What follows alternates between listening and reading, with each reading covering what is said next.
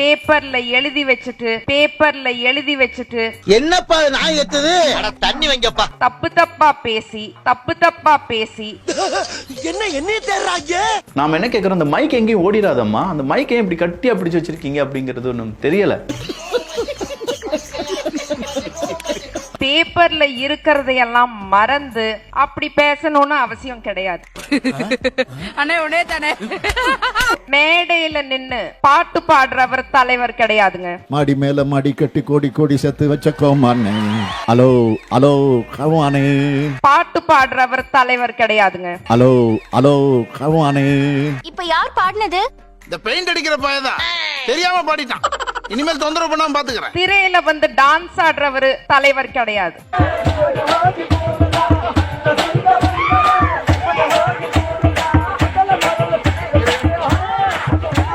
தரையில இறங்கி அடிக்கிறார் பாருங்க, அவர் தாங்க தலைவர். நல்ல சாவு வருமா? செத்தா குளிப்பாட்ட தண்ணி கிடைக்குமாடா? பொணந்துக்கு வண்டி கிடைக்குமாடா?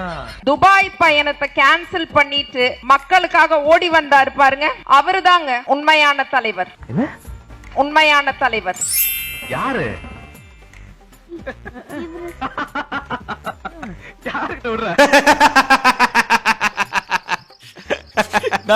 சிரிக்காத சொன்னா எனக்கு அசிங்கமா இருக்கு.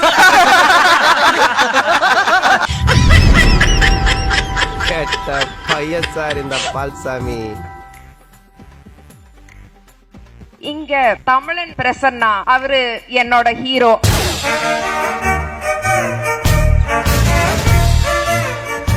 உண்மைய பேசினா போதும். அது எங்கப்பா இருக்கு? உனக்கு அதப்பா புரட்டிடுவானுங்க. ஏன்னா நீ ஓடிடுவ, நான் தாட்டா மாட்டுவேன். அதுதான் நான் இன்னைக்கு பண்ணணும்னு நினைக்கிறேன். என்னுடைய புது கவிதை ஒன்றை தங்களிடம் பாடி காட்டி பரிசில் பெற வந்திருக்கிறேன். பாடு, பாடி தொலையும். நான் அரசியலுக்கு வரணுங்கிற ஆர்வம் எங்கிருந்து ஆரம்பிச்சது அப்படின்னு ஒரு சுருக்கமா சொல்லலாம்னு நினைக்கிறேன். நான் குழந்தையா இருக்கும்போது நான் ஒரு நார்மல் குழந்தை கிடையாது. எனக்கு புரிதல் கொஞ்சம் கம்மியா இருக்கும். இது பிறந்ததுல இருந்தே இப்படித்தானா? மூளை வளர்ச்சி குறைவா? நிறைய அவமானங்கள், இன்சல்ட், ஹியூமிலியேஷன் எல்லாமே பார்த்திருக்கேன். அசிங்கப்பட்டேன், அவமானப்பட்டேன், வெக்கப்பட்டேன், வேதனைப்பட்டேன், துக்கப்பட்டேன், துயரப்பட்டேன், கஷ்டப்பட்டேன், கவலைப்பட்டேன். இத்தனை பட்டு திருந்தலே குரு. எனக்கு மக்கள் பணி பண்ணணுங்கிற ஆர்வம் தான் நான் அரசியலுக்கு வர்றதுக்கான காரணம். ஓலா ஓலா ஓலா ஓலா ஓலம்மா. நான் ரொம்ப உடைஞ்சு இருந்த டைம்ல முத்தமிழறிஞர் டாக்டர் கலைஞர் ஐயாவோட வரிகள் வந்து எனக்கு ரொம்ப ஆறுதலா இருந்தது.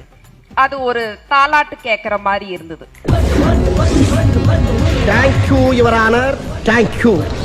திமுகவுடன் சேர்ந்து மக்கள் பணி பண்ணணுங்கிறது அப்ப ஆரம்பிச்ச விஷயம்தான். அடிமைகள்லாம் சாதாரண அடிமைகள் இல்ல, கொத்தடிமைகள்.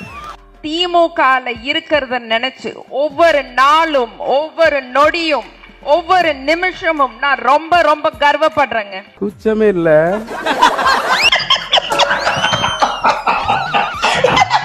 இத்தனை நாள் ஊட்டச்சத்து நிபுணர் திவ்யா சத்யராஜ் அப்படிங்கிற அடையாளம் இருந்தது. யூ டிராப்ட் திஸ்டா மாட்டிக்க. என்ன மாப்ளது கேப்பா? ஓடு நல்லா இருக்கும், உனக்கு சூட்டா இருக்கும். இப்போ ஒரு புது அடையாளம் வந்திருக்கு. டிஎம்கே திவ்யா சத்யராஜ். திமுக திவ்யா சத்யராஜா இருக்கிறதுல நான் ரொம்ப ரொம்ப பெருமைப்படுறேன். ஒருத்தம் பைத்தியமா இருந்தா சமாளிக்கலாம், மொத்த பேரும் பைத்தியமா இருக்கா. நம்ம மாண்புமிகு முதலமைச்சர் திரு மு.க. ஸ்டாலின் அவர்கள் பெண்களுக்கு எதிரா எந்த ஒரு வன்முறை நடந்தாலும் அத உடனே தட்டி கேட்டிருக்காரு. அப்படியே ஒரே புடுங்க புடுங்கி இங்க நின்றுப்பாரு. இண்டஸ்ட்ரி, அக்ரிகல்ச்சர், மருத்துவம், சுகாதாரம், பெண்களின் முன்னேற்றம், குழந்தைகளின் முன்னேற்றம்னு தொட்ட துறையிலெல்லாம் வெற்றி நம்ம திமுக கவர்மெண்ட்டுக்கு மட்டும்தாங்க இருக்கு. பைத்தியமாயவே ரொம்ப நேரம் நல்லா பேசிக்கிட்டாரையா. நம்ம மாண்புமிகு துணை முதலமைச்சர் திரு உதயநிதி ஸ்டாலின் அவர்கள், அவர் ஒரு அருமையான தலைவர். என்னமா ஃபீல் பண்ணி கூவுறான்டா அவன். என்ன போய் ஒரு அருமையான தலைவர் இல்ல, வாங்குற காசுக்கு மேல கூறாடா கொய்யா. அவர் ஏன் அருமையான தலைவர்னா, மேடையில நின்னு பாட்டு பாடுறவர் தலைவர் கிடையாதுங்க, மக்களுக்காக பாடுபடுறவர் தான் தலைவர். அடுத்த முறை என்ன பாக்கும்போது இதை விட அதிகமா ஃபீல் பண்றேன். திரையில வந்து டான்ஸ் ஆடுறவர் தலைவர் கிடையாது.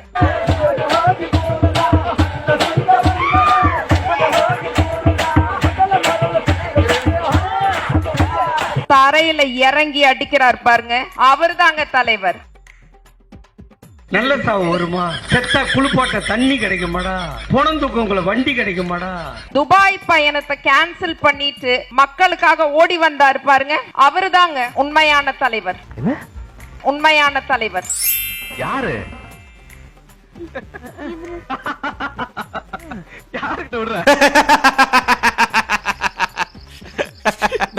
சிரிக்காத சொன்னா எனக்கு அசிங்கமா இருக்கு. நம்ம மாண்புமிகு அறநிலையத்துறை அமைச்சர் எங்கள் சேகர் பாபு ஐயா. இதோ வந்துட்டேன். எங்க அப்பா சொல்றாரு, நீ அரசியலுக்கு வந்தா சேகர் பாபு ஐயா மாதிரி இருக்கணும் அப்படிங்கிறாரு. அதுக்கு நான் சொன்னேன், அதெல்லாம் முடியாது. எப்படி ஒரே சூரியனோ ஒரே சேகர் பாபு ஐயா தான் இருக்க முடியும், அவர் மாதிரி யாருனாலையும் ஆக முடியாது. யாரும் தப்பாலாம் பேசக்கூடாது. சேகர் பாபு அவர்கள் அவ்வளவு பெரிய உழைப்பாளி அப்படின்னு சொன்ன உடனே இந்த பக்கமா இருக்கக்கூடிய எதிர்கட்சி ஏடிஎம்கே, தாவேகா, இன்னும் கொஞ்சம் பேர்லாம் என்ன செஞ்சிட்டாங்க, சேகர் பாபு அவர்கள் எப்படி உழைப்பாளி அப்படிங்கறத வீடியோவா போட்டு உடைச்சிட்டாங்க. ஊரே ஒண்ணு சேர்ந்து காரி துப்புதுடா. வீடியா என் மூஞ்சில காரி துப்புறதுக்காக ஊரே ஒண்ணு சேர்த்து நினைச்சு சந்தோஷப்படியா. அந்த வீடியோல சேகர் பாபு அவர்கள் துர்கா ஸ்டாலின் அவர்களுடைய காலில் விழுற மாதிரியான ஒரு ஏஐ ஜென்ரேட்டட் வீடியோவா இருக்குமோ அப்படின்னு சொல்லி டவுட் இருந்துச்சு. பட் அது ஏஐ ஜென்ரேட்டட் வீடியோ கிடையாதான், அது ஒரிஜினல் வீடியோவாம்பா. ஒரே ஒரு சூரியன், ஒரே ஒரு சந்திரன், ஒரே ஒரு சேகர் பாபு அவர்கள் தான். அடுத்ததா கழகத்தின் எழுச்சி பொதுக்கூட்டம் வெற்றி அடைய நெஞ்சம் நிறைந்த வாழ்த்துக்கள் அப்படின்னு சொல்லக்கூடிய ஒரு செய்தியை பார்த்தேன். இந்த செய்தியில அப்படி என்னப்பா இருக்கு என்று கேட்டால், தெலுங்கர்கள் முன்னேற்ற கழகம். இதான்டா திமுக, இதான் திமுக, மறந்துடாத. திராவிட மாடல்னா என்னன்னு கேட்கிறவங்களுக்கு இதுதான் பதில். தெலுங்கர்கள் முன்னேற்ற கழகம். அங்க யாருடைய படம்லாம் இருக்கு பாருங்களேன்.